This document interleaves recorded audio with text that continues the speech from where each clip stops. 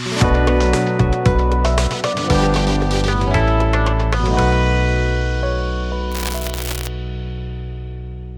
Kratchatrian, bonjour et merci de prendre le temps de nous accorder cet entretien. Vous êtes donc chirurgien cardiaque à l'hôpital européen Georges Pompidou. Est-ce que vous pouvez nous présenter plus en détail votre parcours dans le monde médical? Bonjour, je m'appelle Levon Kratchatrian, je suis chirurgien cardiaque. Je suis arrivé en France en 2003, donc j'ai fait l'internat, après chirurgie clinique, après praticien attaché à l'hôpital Georges Pompidou jusqu'à nos jours. Vous organisez des missions médicales en Arménie. Depuis combien de temps vous les organisez? Depuis le commencement de la guerre, en fait, si vous voulez. Avant, j'ai fait des visites, j'ai visité parfois avec mes amis, mais j'ai pas considéré comme des missions, en fait, ces visites avant la guerre. Mais durant la guerre, après le commencement de la guerre, j'ai organisé une équipe, et donc on est venu avec les médecins.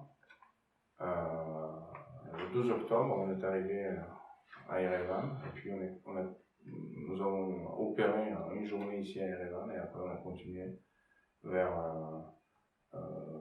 Artsakh, et donc on a un peu travaillé là-bas aussi. Et donc c'est des missions que vous organisez en groupe? Oui, ce sont des groupes de médecins, majoritairement ce sont des médecins français, mes amis qui viennent avec moi, et donc les dernières quelques missions sont soutenues et organisées par l'APHP, à l'aide du ministère des Affaires étrangères de France. Et la France, en fait, comme vous l'avez dit un peu précédemment, c'est le seul pays qui est quasiment habilité à œuvrer en Arménie et en Artsakh dans le domaine médical. Moi, je viens de découvrir finalement que la France, ça reste le seul pays qui aide médicalement l'Arménie au niveau gouvernemental. Ça veut dire que c'est un aide qui a été organisé au niveau du gouvernement français. Quelles sont les difficultés que vous avez pu rencontrer lors de vos missions en Arménie et en Artsakh? Donc, il y avait période de guerre et post-guerre. En période de guerre, les difficultés étaient quelque chose qu'on recevait comme quelque chose habituel. C'était le stress, c'était le charge de travail, c'était le nombre de blessés et le caractère des blessures.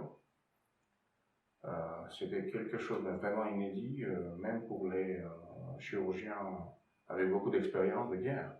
Donc on a compris que nous avons l'affaire avec quelque chose qui est nouveau, qui est jamais vu. On a rencontré également des brûlés de phosphore, probablement. C'est difficile de prouver malheureusement, parce que le temps a fait qu'il fallait faire des preuves dès le début, trouver des preuves dès le début. Mais indirectement, nous avons compris que ce sont des brûlés de phosphore, et donc on a compris que le traitement de ces gens-là sont extrêmement difficiles aussi. Très très difficile. Et période post-guerre, ce sont des difficultés habituelles, administratives, etc., qu'on peut rencontrer dans chaque pays. Et vous, à titre personnel, donc vous étiez principalement sur des opérations de chirurgie cardiaque, ou est-ce que vous faisiez aussi autre chose? Non, je faisais plutôt le dirigeant des missions en fait, parce que je sais pas, heureusement ou malheureusement, il y a très peu de blessés cardiaques lors des guerres, etc. Majoritairement, c'était des besoins en ce qu'on appelle orthoplastie, ça veut dire les chirurgiens orthopédistes et les chirurgiens plasticiens, qui font également des brûlés. Donc, le grand besoin, c'était ça au début. Ça reste toujours actuel d'ailleurs, parce que on enchaîne les patients, on les opère, on réopère aussi à plusieurs reprises, à cause de cette caractéristique des blessures de guerre. Et actuellement, on essaie de se focaliser sur tout ce qui est réadaptation. On est sur cette période-là de réadaptation. Donc, la dernière fois avec nous, il y avait un neurologue qui était spécialisé en réadaptation neurologique. Et puis, prochainement, la prochaine mission, c'est prévu qu'elle vienne avec ses amis kinésithérapeutes et ergothérapeutes qui vont aussi travailler. Donc là, dans ce domaine, je sens qu'il y a un vrai besoin en Arménie, aussi bien éducatif pour former les gens sur place et également travailler cliniquement avec les patients. Et ces missions, est-ce que vous accueillez de plus en plus de médecins de la PHP? Comment ça s'est développé? Et est-ce qu'il y a une intention de coordonner ça avec le ministère de la Santé de l'Arménie, par exemple? Oui, je tiens à vous dire que la PHP vraiment nous soutient énormément en fait. C'est toute la logistique et l'organisation côté financière, c'est la PHP qui fait. Donc les médecins de différents hôpitaux de la PHP participent à ces missions. Il y a également des médecins qui viennent hors du réseau de la PHP. Ils sont bienvenus, toujours. Et je sens que, grosso modo, on n'a pas de difficulté pour avoir les bénévoles, médecins bénévoles, qui viennent pour faire partie des missions qu'on essaie d'organiser. On est en stade où on va essayer de maintenant créer des relations officielles avec le ministère de Santé de l'Arménie, que je vais peut-être rencontrer cette fois, pour essayer de pérenniser les actions et mettre sur les rails un peu plus officiel et académique. Parce que nous avons également un projet de créer un collège français de perfectionnement médical et paramédical. Quelque chose que nous avons fait déjà lors de ces missions. On a pu former des gens, on a vu qu'ils ont besoin de prendre le savoir-faire français et on va le mettre sur les rails, comme je dis, un peu plus académique pour que ça soit sur une durée longue et qu'il y ait une efficacité. Et vous m'avez parlé aussi d'un congrès médical que vous vouliez organiser en Arménie. Est-ce que vous pouvez nous en parler plus en détail? Donc on a eu une idée avec la PHP d'organiser un congrès en Arménie, qui sera un congrès franco-arménien, purement, qui sera consacré à cette guerre, la médecine, la chirurgie de la guerre, la prise en charge des patients, des blessés de guerre, également en période post-guerre, qui est aussi importante que la guerre d'ailleurs. Et on va essayer de voir et de comprendre l'expérience des équipes locaux ici, les médecins qui ont pu travailler sur les fronts, comment est-ce qu'ils ont organisé la prise en charge des patients, l'évacuation, etc.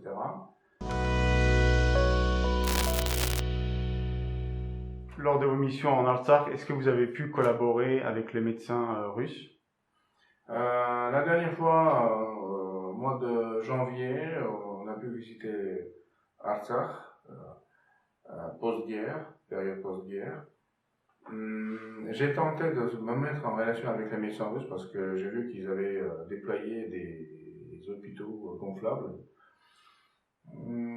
Et donc j'ai bien compris malheureusement que c'était pas très bien accueilli de la part des médecins russes parce qu'ils m'ont expliqué qu'ils sont des médecins militaires et qu'ils préfèrent ne pas rentrer en contact avec d'autres médecins venant d'autres pays. Ok. Et vous avez aussi un projet d'ouvrir un hôpital français dans la ville de Gyumri. Alors, comment est-ce que vous envisagez de mettre en œuvre ce projet-là? Moi, en fait, cette idée, j'ai eu parce que on a compris que ça serait bien d'avoir un point d'atterrissage pour les médecins français propre à eux. Parmi les difficultés que vous m'avez posé la question, c'est également le fait que des fois, c'est un peu difficile dans les hôpitaux de faire tout ce que vraiment nous pouvons faire, en fait. C'est des problèmes techniques, problèmes de formation, etc.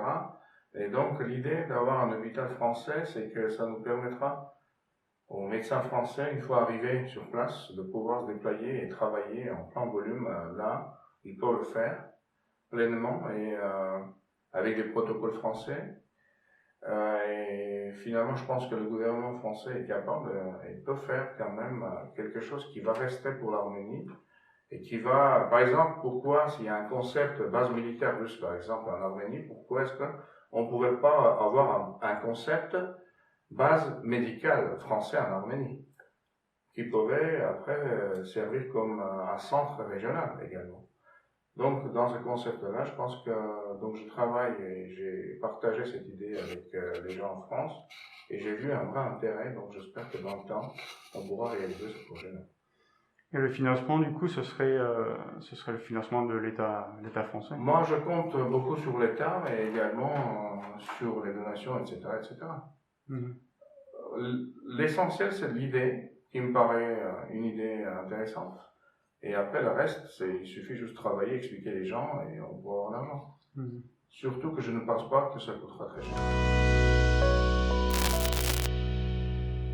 Une des raisons du succès de vos missions, c'est que vous avez organisé les choses de manière assez indépendante. Alors comment est-ce que vous avez réussi pour trouver les bons contacts dans les bonnes structures et pour mettre en place tout ça? En fait, moi, la première mission que j'ai organisée, c'est tout de suite, c'est le lendemain du commencement de la guerre, j'ai senti qu'il faut faire quelque chose. Et donc, j'ai appelé à droite à gauche mes amis, j'ai consulté avec un ami très proche qui est chirurgien orthopédiste, et grâce à lui, je suis sorti sur d'autres gens qui sont devenus rapidement les amis. Et donc, c'est grâce à ce réseau-là que j'ai pu organiser en 2 semaines l'équipe avec beaucoup de matériel et consommables. Nous avons pu venir ici en France. En Arménie, pardon. Et également, je me suis adressé à un ami qui est professeur à l'Andalouche, qui est dirigeant de la chaîne de l'Espoir. À cette époque-là, j'ai demandé à lui s'il peut m'aider. Et donc, il m'a fourni beaucoup de matériel aussi, beaucoup de consommables et d'équipements qu'on a pu emmener avec nous et qu'on a pu faire l'usage. Et donc, j'ai compris que les gens, ils ne sont pas indifférents. Ils sont très intéressés, ils sont sensibles à ces questions-là. Donc j'ai compris qu'il suffit juste d'expliquer, sensibiliser et après avancer et faire du concret. Donc nous, je pense que le succès de la première mission c'était ça déjà, et à partir de la première mission, les autres ils se sont enchaînés. Par exemple, l'autre mission, ça a été organisé rapidement par le ministère des Affaires étrangères de France. Donc on est venu la deuxième fois, et après, une fois je suis venu encore à l'aide de la chaîne de l'Espoir. Et ensuite, c'est la PHP qui a pris le relais. Donc, grosso modo, c'était juste l'idée, sensibilisation et du concret. À chaque fois, après l'émission, on fait un compte rendu réel qui montre ce que nous avons pu faire et ce que nous allons à faire après. Donc, c'est ça qui fait que les missions s'enchaînent. Et je suis content de vous annoncer que jusqu'à la fin de 2021, j'ai l'agenda des missions qui va perdurer jusqu'à décembre. Et après, au-delà de décembre, on verra pour 2022 qu'est-ce qu'on fera après. Merci beaucoup d'avoir pris le temps de nous accorder cet entretien et on vous souhaite tout le meilleur pour la suite de vos activités médicales en Arménie et en France. C'est moi qui vous remercie. Merci de m'avoir invité.